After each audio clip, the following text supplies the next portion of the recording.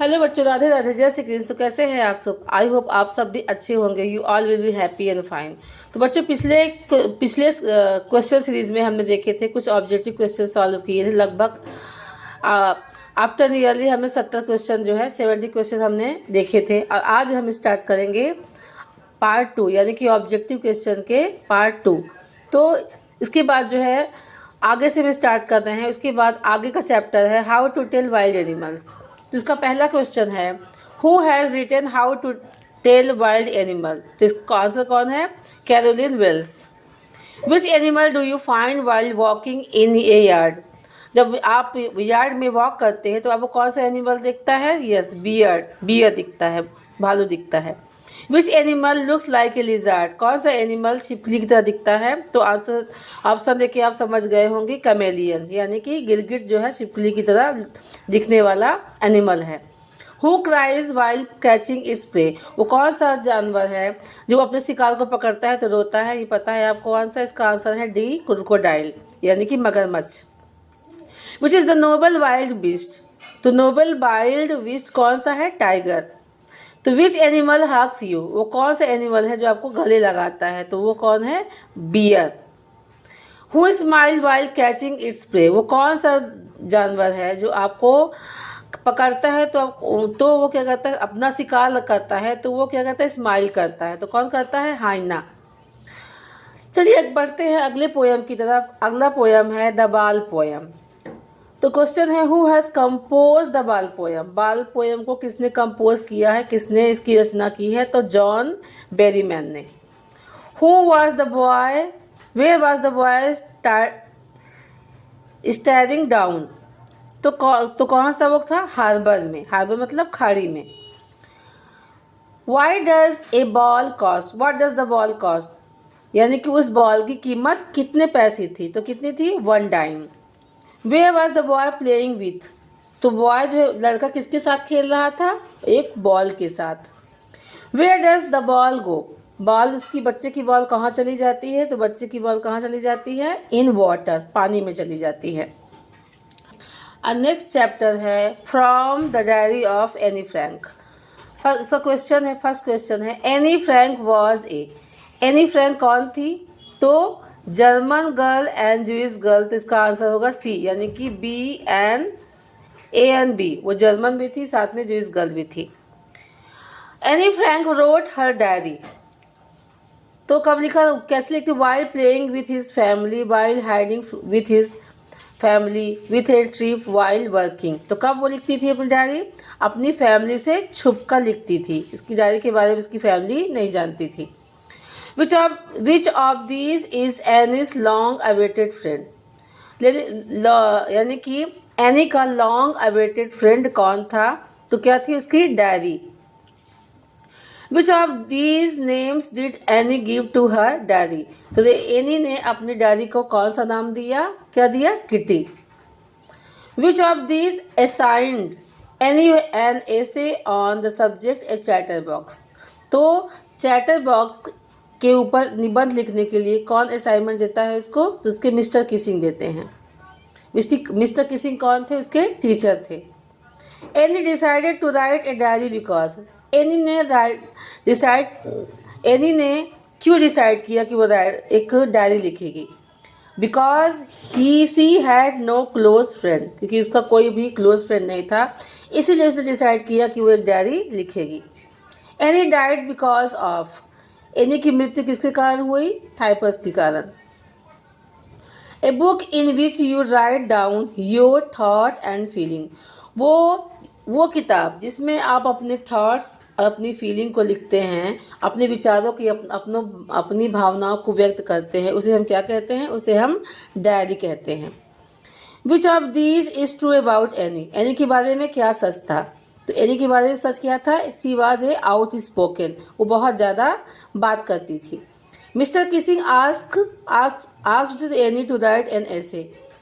Mister किसी ने उसको किस पर ऐसे लिखने के लिए कहा? ऐसे लिखने के लिए क्यों कहा? क्योंकि वो बहुत ज़्यादा बात करती थी। एज ए पनिशमेंट के रूप में उसको ऐसे लिखने के लिए वो दिया करते थे। और टॉपिक क्या था? A chatterbox. Who is mister Keesing, अभी थोड़ी देर पहले बताया मिस्टर किसिंग कौन थे, हर टीचर एनी के टीचर थे।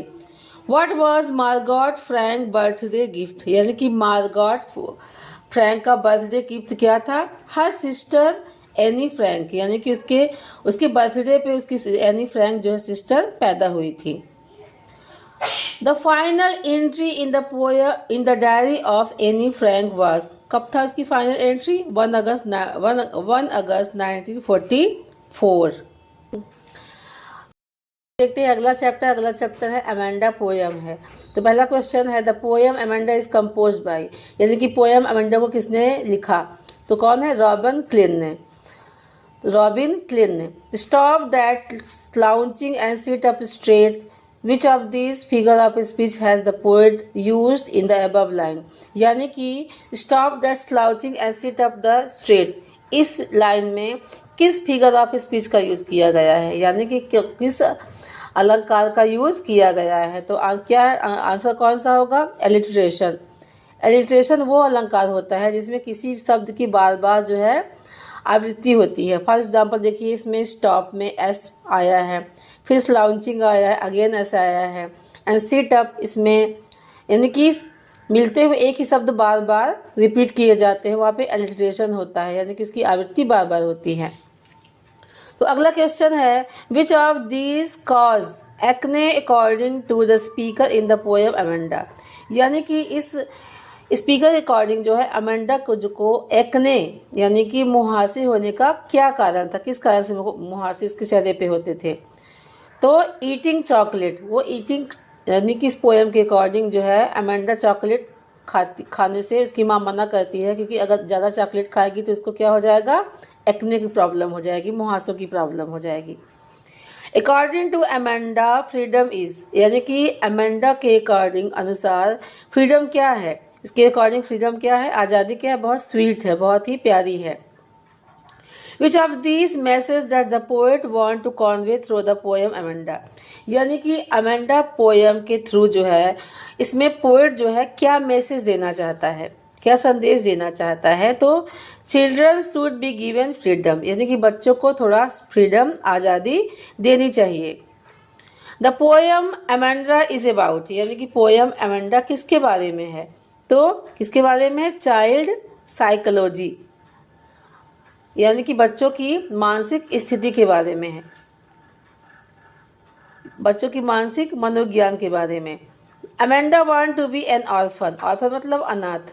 अमेंडा अनाथ क्यों होना चाहती थी, क्योंकि इसकी माँ बार बार उसको टोका टोकी करती थी हर बात में कि मतलब ऐसा मत करो, do this, don't do this, यानी कि ये करो, ये ना करो, ऐसा करो, वैसा करो। तो इससे वो फेडअप हो गई थी, इसीलिए वो ऑर्फन होना चाहती थी, यानी कि अनाथ होना चाहती थी। क्यों होना चाहती थी, to enjoy the freedom that an orphan has, क्योंकि वो फ्रीडम को एक एज ए ऑर्फन वो अपने फ्रीडम को एंजॉय करना चाहती थी। What made Amanda lurk and moody? तो when her mother gave her too many instruction, क्योंकि उसकी माँ उसको बहुत सारे इंस्ट्रक्शन देती है, निर्देश देती है, इसीलिए वो लर्क और मूडी, जिसके कारण वो लर्क और मूडी हो गई। तो अगला क्वेश्चन है ग्लिम्पसेस ऑफ इंडिया। तो फर्स्ट क्वेश्चन है how many T plant Guru out of the eyelid, यानी कि आईलिड से कितने जो है प्लांट ग्रू हुए, तो कितने हुए, 10 टी प्लांट, यानी कि 10 चाय की पत्तियां जो हैं वो ग्रू हुई। Why was Rajveer excited, Rajveer क्यों एक्साइटेड था, because he has spotted tea garden, क्योंकि वो टी के गार्डन में गया था, इसीलिए बहुत ज्यादा एक्साइटेड था। Who is the author of the A baker from Goa, और ए बेकर फ्रॉम गोवा के ऑथर कौन है, तो कौन है, लूसियो रोड्रिगस। एंड व्हाट, अगला क्वेश्चन है what covers 30% area of the district of Kodagu, तो कौन सा एरिया है, यानी कैसा एरिया है, एवरग्रीन फॉरेस्ट, यानी कि हमेशा हरा भरा रहने वाला फॉरेस्ट।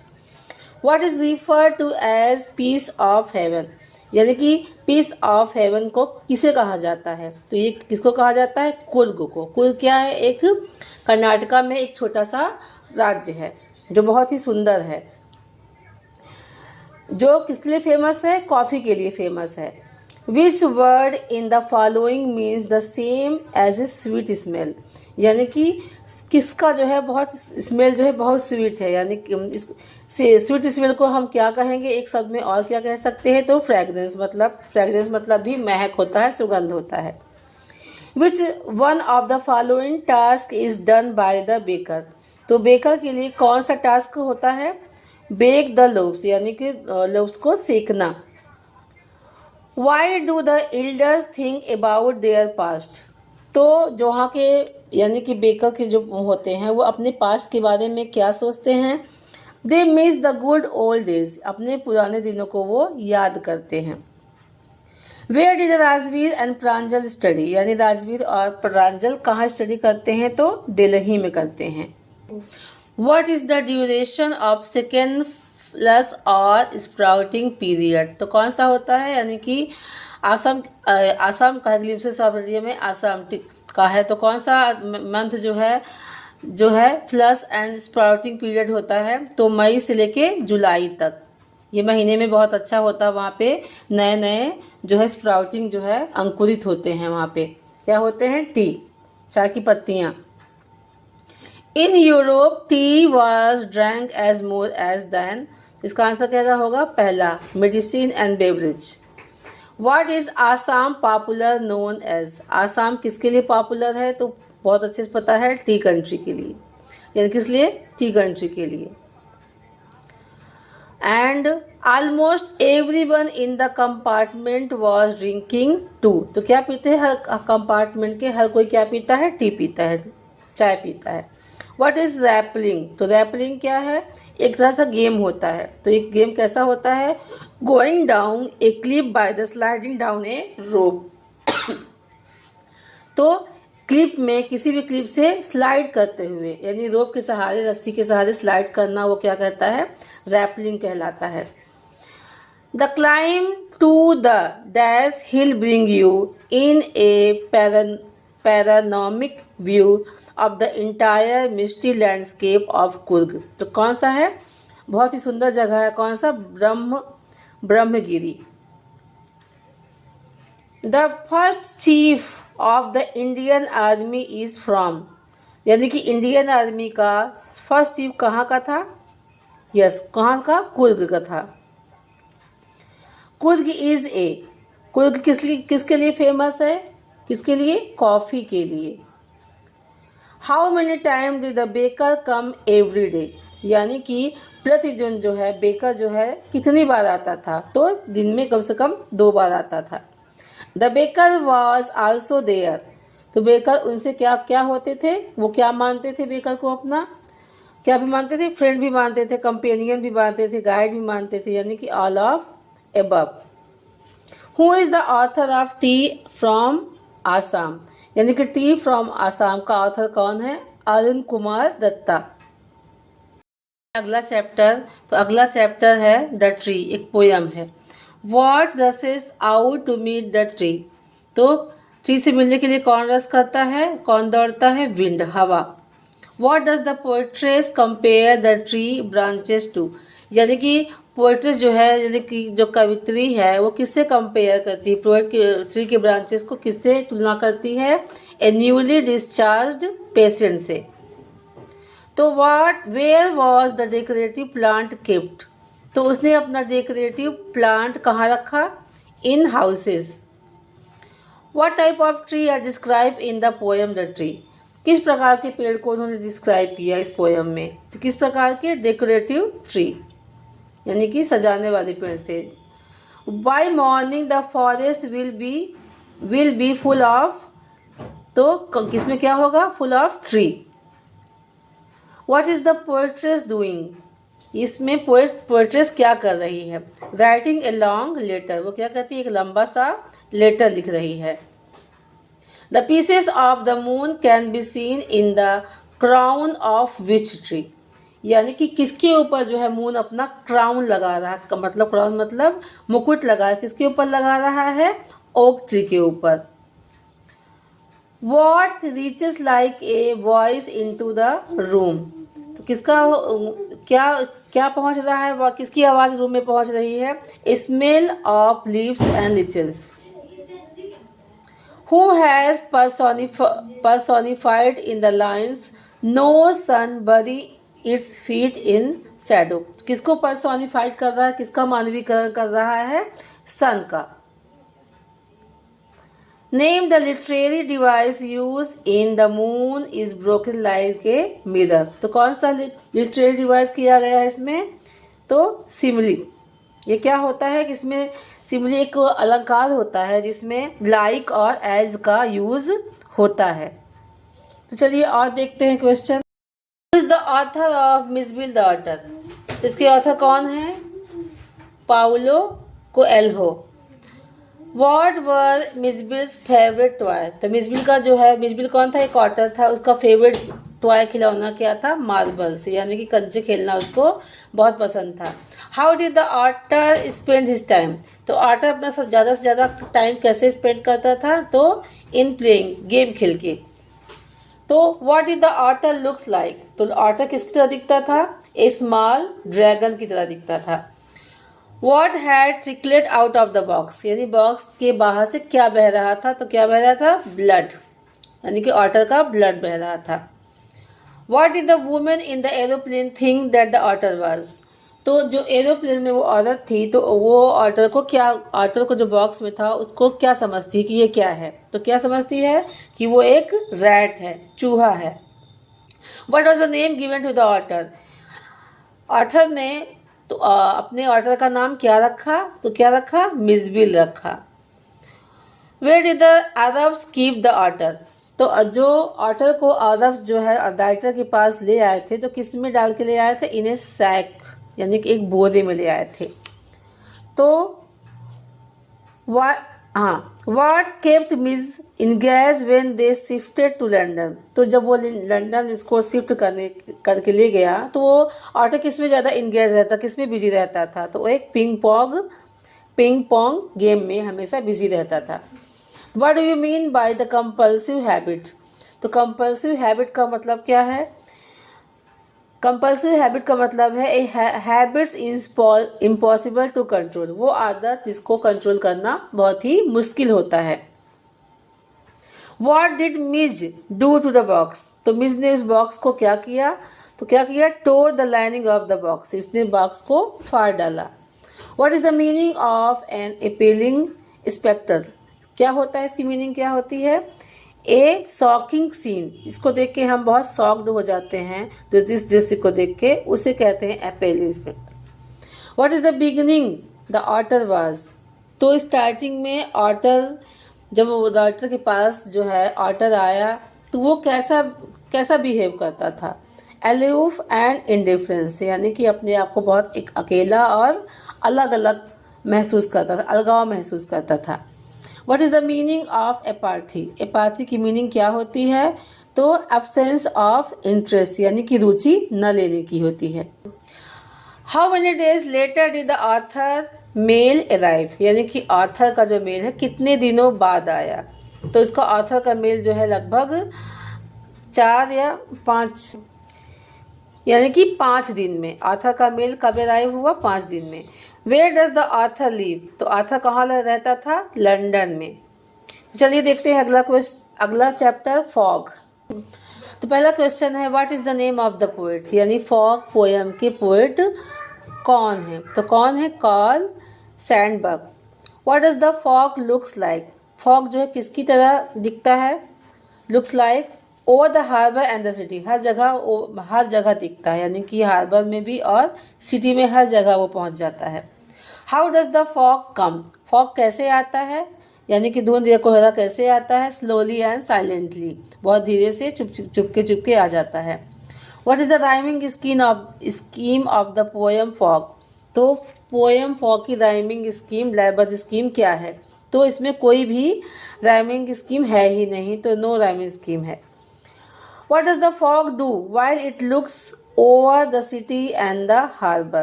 तो वो कैसे over the city and harbour पे आके वो फॉग क्या करता है? वो चुपचाप वहां पे सिट हो जाता है, बैठ जाता है। What has been personified in the poem? Personified मैंने बताया था मानवीकरण।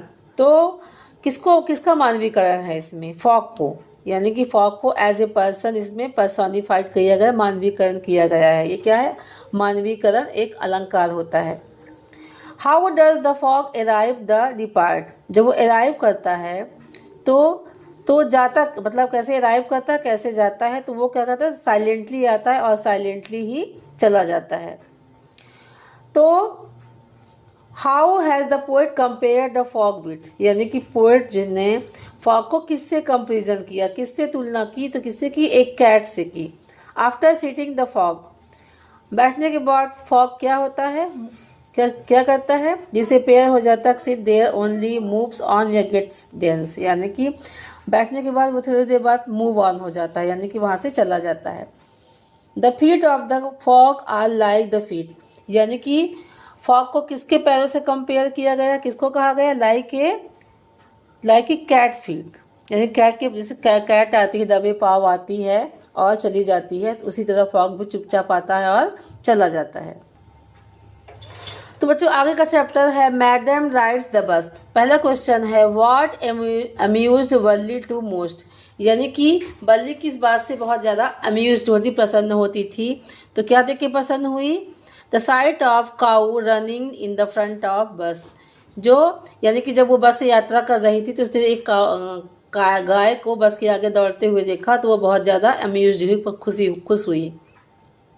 What did Valli do one fine spring day?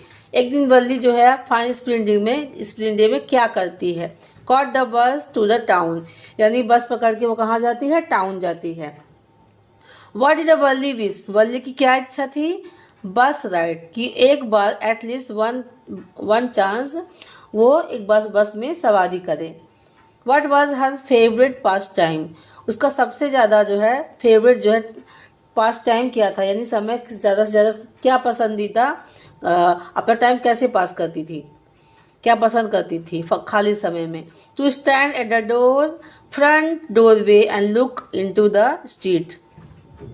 अगला क्वेश्चन है what was the most fascinating scene for Valli in the street, यानी कि वल्ली में को अपनी स्ट्रीट में क्या सबसे ज्यादा फैसिनेटेड लगता था, किस चीज से, किस दृश्य से वो सबसे ज्यादा आकर्षित होती थी? तो the bus with new set of passenger every time, वो देखती थी कि हर बार बस में नए नए पैसेंजर जो है आते रहते हैं, इस दृश्य से बहुत ज्यादा आकर्षित होती थी। What can you tell about the conductor from the text, यानी कि इस कहानी में कंडक्टर कैसे स्वभाव का था, कैसे बता सकते हैं? तो कैसा था? ही वॉज फनी, वो बहुत फनी था। What was the timing of the afternoon nap taken by वल्ली's mother, यानी कि वल्ली की माँ का नैप यानी दोपहर के बाद जो है झपकी लेने का टाइमिंग क्या था? तो क्या था? 1 to 4, यानी कि 1 से 4 बजे के बीच में वो नैप लेती थी आफ्टरनून में। What sadness वल्ली किस बात पे बहुत ज्यादा सैड हो गई, दुखी हो गई? द डेड काउ, जब उसने उस काउ को डेड देखा तो बहुत ज्यादा दुखी हो गई। What does it tell you about Valli when she refused to accept the conductor treat, और जब वल्ली ने कंडक्टर के ट्रीट को लेने से मना कर दिया तो इससे क्या पता चलता है कि कैसे स्वभाव की थी? इसके बारे में क्या आप जानते हैं? तो कैसे स्वभाव की थी कि वल्ली बहुत ही रिस्पॉन्सिबल गर्ल थी। What made her laugh on her journey, यानी कि पूरी जर्नी में किस दृश्य से वो बहुत ज़्यादा लाफ ही, बहुत हंसी? तो द साइट ऑफ रनिंग काऊ, यानी कि गाय को दौड़ते हुए जब वो देखती है तो बहुत ज़्यादा वो हंसती है। What did he have to resist on village fair day to save for the ride, यानी कि बस में चढ़ने के लिए उसने विलेज के फेयर से पैसे बचाए, पर कैसे बचाए?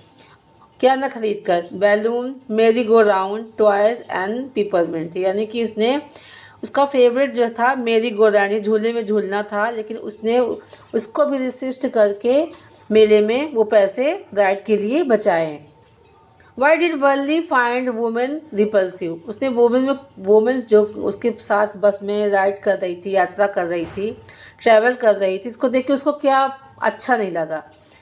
सी had large pinching in her ears, she wore ugly earring, she had chewing betels nut which could spill out any moment, यानी कि सारे ऑल ऑफ दीज, ये सारे जो है चीज़ें जो है उस औरत की जो है बल्ली को बिल्कुल भी पसंद नहीं आई कि उसके कान के जो कान के जो छेद थे वो बहुत बड़े थे, उसने बहुत ही अगली सा ईयरिंग पहना था और वो जो है पान चबा रही थी, और ये सब चीज़ें बल्ली को बिल्कुल भी पसंद नहीं आया।